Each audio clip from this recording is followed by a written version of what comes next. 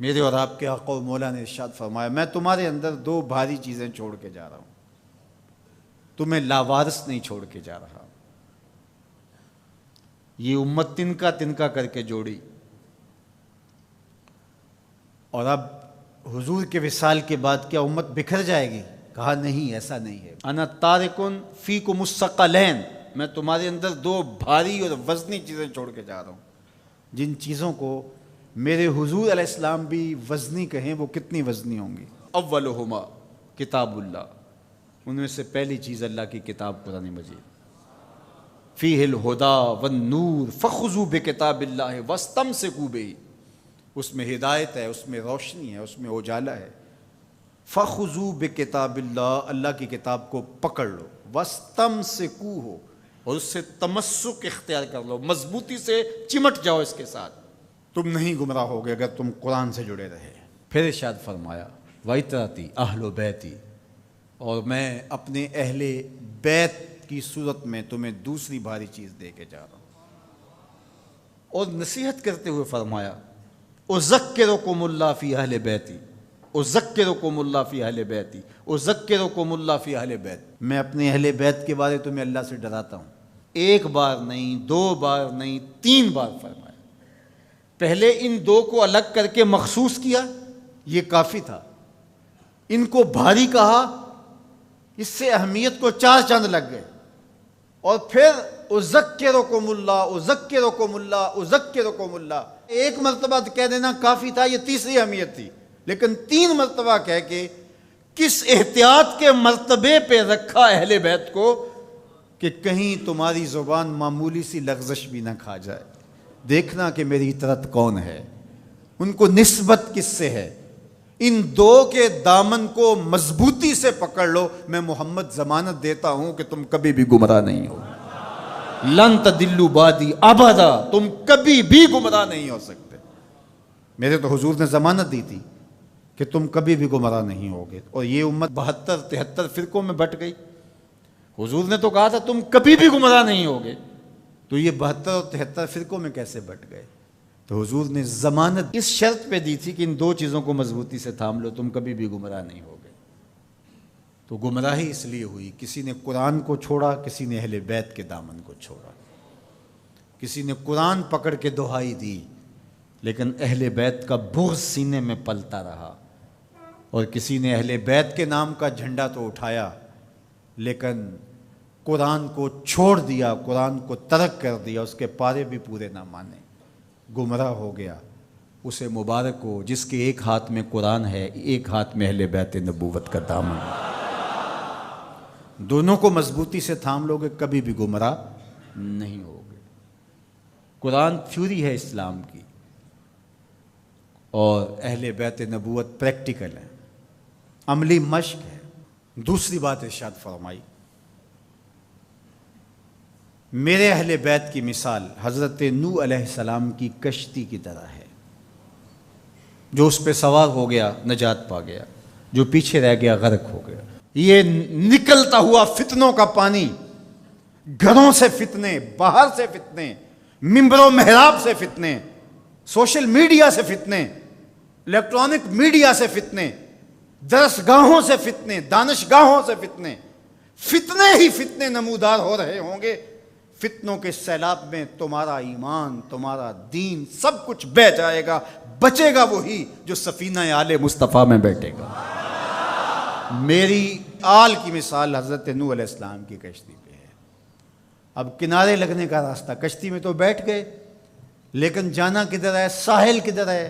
تو کہا اصحابی کالنجوم فبأیہم اقتدیتم اہتدیتم، میرے صحابہ کی مثال ستاروں کی ہے، جس کے پیچھے لگو گے منزل مراد پا جاؤ گے، ساحل مراد تک پہنچو گے۔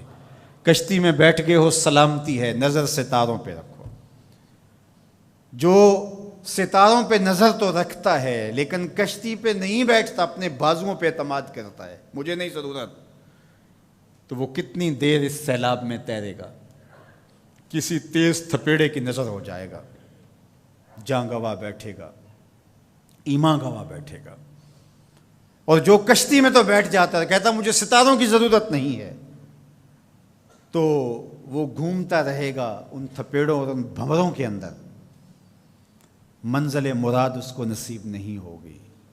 تمہیں مبارک ہو، تم اہل بیت کی محبت کی کشتی میں بیٹھے ہو، نظر ابو بکر و عمر پہ ہے، نگاہیں عثمان و علی پہ ہیں، نظریں اصحاب رسول پہ ہیں۔ یہ میری اور آپ کی خوش بختی، ہمیں صحابہ کا نام بھی ٹھنڈ پہنچاتا ہے، اور ہمیں حضرت امام حسین کا ذکر بھی تسکین دیتا ہے۔ جب نام حسین آتا ہے تو کربلا کا غم تازہ ہونے لگتا ہے، اور جب حضرت عمر رضی اللہ تعالیٰ عنہ اور صدیق اکبر کا نام آتا ہے سینہ چوڑا ہو جاتا ہے کہ ہم ان کے غلام ہیں۔ مولا کائنات سیدنا علی المرتضیٰ کی بات آتی ہے، روحیں سرشار ہو جاتی ہیں۔ وہ علی جن کے چہرے کو دیکھنا بھی نیکی ہے، ان کا نام بھی تسکین قلب کا ذریعہ ہے۔ تو اصحاب اور اہل بیت یہ کوئی منافات نہیں ہے، مشکات نبوت کی دو کرنیں ہیں، سینہ محمد سے پھوٹتی ہوئی ضیائیں ہیں، حضور علیہ الصلوۃ والسلام کے فیضان کے دو رنگ ہیں، گلشن محمدی کے کھلے ہوئے دو پھول ہیں۔ تو ہم صحابہ کی عظمت کو بھی سلام کرتے ہیں، اہل بیت کی عظمت کو بھی سلام کرتے ہیں۔ یہ بد نصیب دن پاکستان بنے ہوئے 73 برس بیت گئے، یہ ہمیں اس مرتبہ دیکھنا پڑا کہ صحابہ کو بازاروں میں گالیاں دی گئی، استغفر اللہ۔ حضرت ابو بکر صدیق رضی اللہ تعالی عنہ سے لے کے حضرت امیر معاویہ رضی اللہ تعالی عنہ تک حضور کا ہر صحابی عظمتوں کا مینار ہے، رفعتوں کا بام عروج ہے، اور ان کی تعظیم اور ان کی تکریم ہماری زندگی کا حصہ ہے۔ یار صحابی تو وہ ہے جس نے حضور کی صحبت پائی اور ایمان کی دولت سے مالا مال ہوا، وہ مٹی جو حضور کے نالین سے جڑی ہے وہ بھی ہماری آنکھوں کا سرما ہے۔ تو بات چل رہی تھی کہ یہ دین ادب کا دین ہے، لیکن بد قسمتی سے یہ باہر سے جو شرارتیں ہو رہی ہیں وہ تو ہو ہی رہی ہیں، لیکن ان دنوں میں جس پہ بات کی جا رہی ہے یہ تو کلمہ گو لوگوں کی کہانی ہے۔ سیدنا صدیق اکبر رضی اللہ تعالی عنہ کی تکفیر کرنے والے بظاہر کلمہ نہیں پڑھتے، صحابہ کو ننگی گالیاں دینے والے کیا کلمہ گو نہیں ہیں؟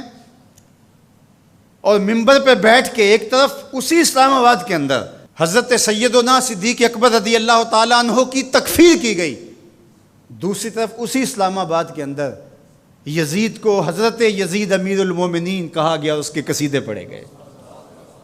یہ انہی دنوں میں ہوا۔ یہ دو انتہائیں ہیں۔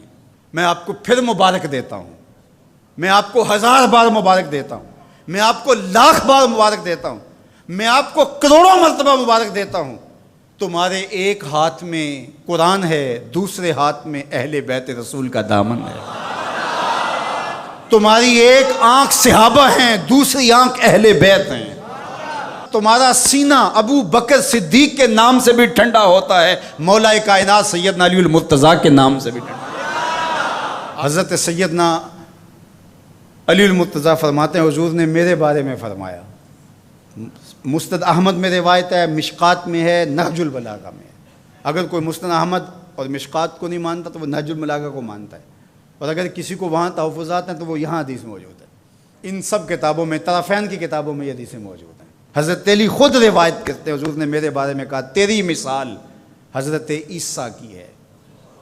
یہود نے ان پر تہمت لگائی، ان کی ماں پر تہمت لگائی اور ان کے قتل کے درپے ہوئے، ان سے بغض رکھا، اور عیسائیوں نے، نصارہ نے اتنا مانا کہ ان کو ابن اللہ کہہ دیا، اللہ کا بیٹا قرار دے دیا۔ اقانیم ثلاثہ میں سے ایک اقنوم کہا الوہیت مکمل ہی نہیں ہوتی جب تک یہ جز شامل نہیں ہوتا۔ تو کہا ایک بغض رکھ کے برباد ہوئے اور ایک مبالغہ کر کے برباد ہوئے۔ حضرت علی المرتضیٰ نے فرمایا کہ میرے بارے میرے آقا نے فرمایا یہلک فی رجلان محب مفرط و مبغض۔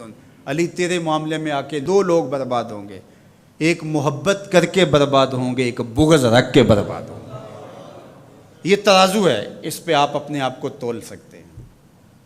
کہیں حضرت علی کا نام دل میں کوئی رنجش، کوئی بے چینی، کوئی اضطراب پیدا تو نہیں کرتا؟ اور کہیں حضرت علی کی محبت صحابہ کے بغض کی نشأت کا ذریعہ تو نہیں ہے؟ حضرت علی کا نام لیں تو باقی اچھے ہی نہ لگیں؟ اور اگر آپ ترازو کے دونوں پلڑے دیکھتے ہیں ٹھیک ٹھیک تول رہے ہیں، کسی نے ذکر حسن حسین کا کیا تو روح سرشار ہو گئی، سیدہ فاطمہ الزہرا کا ذکر ہوا آنکھیں ادب سے جھک گئیں، حضرت ابو بکر کا نام آیا تو دل عقیدت سے جھک گیا۔ تو جب ہم یہ اپنی کیفیت دیکھیں گے تو اللہ کا 1000 بار نہیں کروڑوں بار شکر ادا کریں گے۔ تو ہم کہتے ہیں صحابہ آپ کی عظمت کو بھی سلام، اہل بیت آپ کی عظمت کو بھی سلام۔